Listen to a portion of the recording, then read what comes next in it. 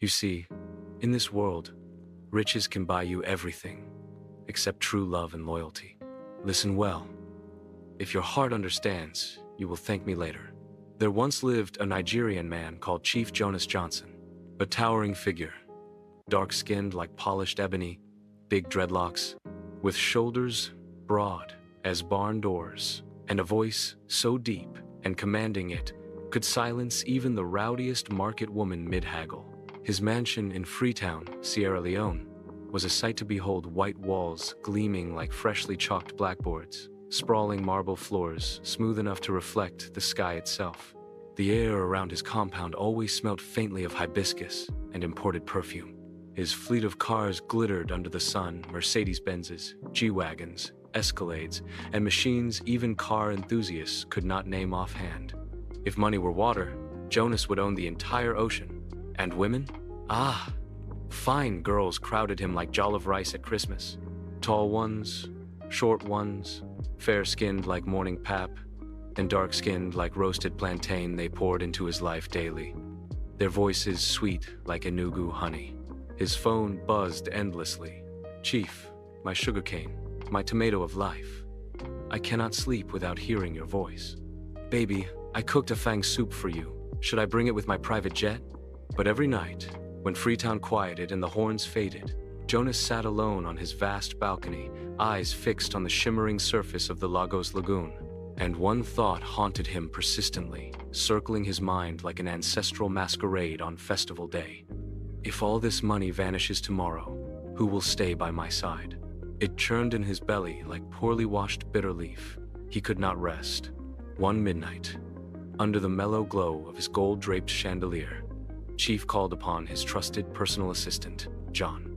Johnny, slim, sharp-eyed, and quick as a lizard darting under a rock, the type of man who could hide an elephant in his pocket if you asked politely. Chief leaned forward, voice low. John, I want to disappear. John blinked twice, confused. Sir, disappear? Where to? John's eyes were steady, burning with quiet resolve. I want to become poor. Leave all this behind. I want to drive a taxi. Let us see who truly loves me, not my wallet.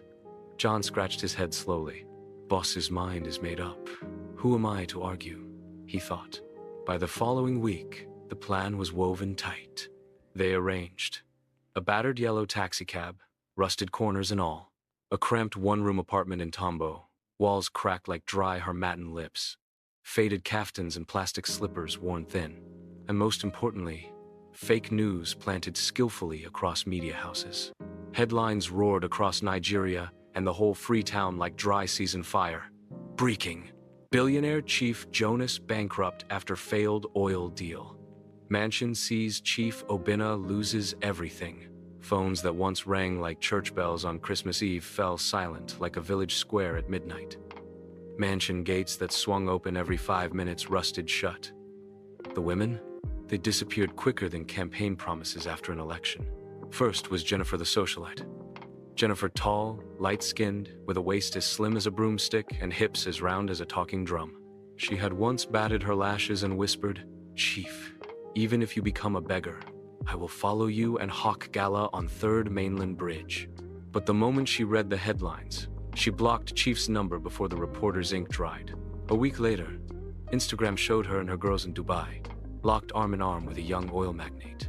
And what broke Chief's heart the most? One day, while driving his taxi outside Franklin Hotel, he spotted Jennifer and offered a warm smile. Madam, long time. How now? Jennifer scowled, gum popping loudly. Driver, are you okay? Do I know you? Please face front and don't talk nonsense. Ah, that slap did not land on his cheek, but on his chest it echoed deeply. Next was Amaka the actress. Amaka, a Nollywood goddess. Skin like golden honey under twilight. Dimples deep as calabashes. She had once whispered, cuddled in silk sheets. Even if the sun stops shining, I will warm you with my love. But when bankruptcy came knocking, Amaka packed her wigs and bolted. She visited the mansion just once, not to comfort him, but to gather her iPhone, designer handbags, and wigs she had left behind. Chief, You know my career depends on my image. I cannot be associated with scandal. You understand? And like dry season dust, she vanished. But my people, in every basket of rotten tomatoes, there is always one fresh and sweet. Her name was Adaora, a humble primary school teacher from Enugu. She wore simple gown, light makeup, no bone straight wigs, but her smile could soften iron and sweeten bitter cola. When Adaora heard of Jonas's downfall, she called endlessly. "Chief, where are you? Please talk to me. Even if you have nothing, I am here." When no response came, she boarded a night bus from Enugu to Lagos, then to Sierra Leone, her heart filled with hope and determination. Bumpy roads, potholed highways, it did not stop her. One evening, as Jonas cruised his taxi through the street of Tombo, Adaora waved him down. "Driver, you look like someone I know. Have you heard of Chief Jonas Johnson? I am searching for him. I am worried." Chief's throat tightened, his heart squeezed like wet cloth being wrung. He drove her often after that, hiding his identity. Adaora never looked down on him.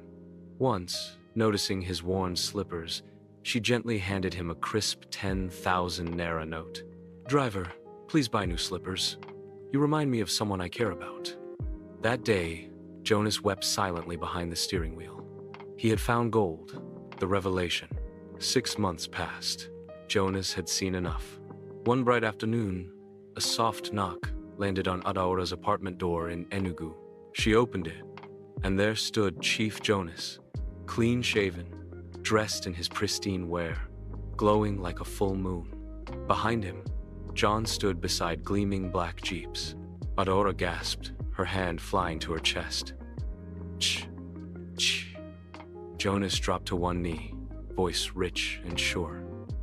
"Adaora, it is me. I was never poor. I disappeared to see who would stay. You stayed. You gave. You loved. Will you marry me?" Adaora dropped her wrapper in shock. Tears poured freely, like early rains. "Yes, Chief. Yes." Their wedding was legendary. Held at Eco Hotel, with governors, senators, and Nollywood stars in attendance. Adaora wore royal blue lace that glinted like river water. Her natural beauty outshone even the slay queens with their bone-straight hair. Jonas stood proudly at her side, the man who had tested the hearts around him and found one that was pure. As for Jennifer, Amaka, and the others, they sat on Instagram, faces long like unripe plantains, scrolling and regretting. Now, my children, listen and remember. The lizard that falls from the tall Iroko tree looks left and right. If no one praises it, it nods and praises itself. A man who falls and rises again will never forget who clapped for him when he was still on the ground. So hear me. Test the heart before you trust the smile. And when you find loyalty, tie it like a wrapper and never let it loose. For when the wind blows and the firewood scatters, it is only true hearts that gather to rebuild the hearth.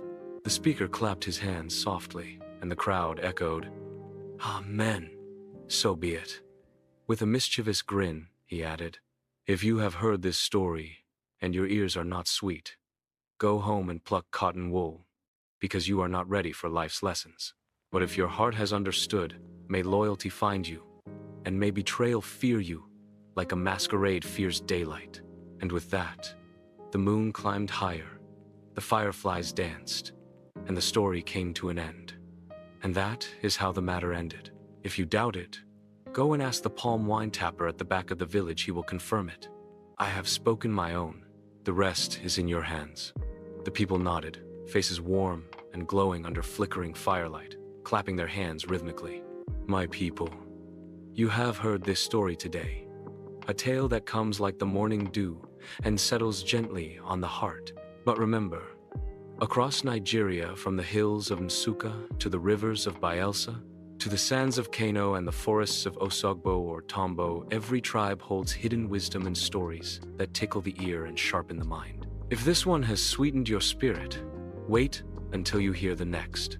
On this channel, we don't just tell stories, we wake the sleeping drums of our ancestors and dance with their words. So tie your wrapper well, tighten your jeel, and sharpen your ears like the village gong. because the next tale is already knocking on your door. Subscribe, share, and return so you will not be the one asking tomorrow, "What did the storyteller say yesterday?" I have spoken. The rest is in your hands. I see. A story that enters the ear is food that feeds the soul. Follow us, Folktales of many tribes, and come eat plenty.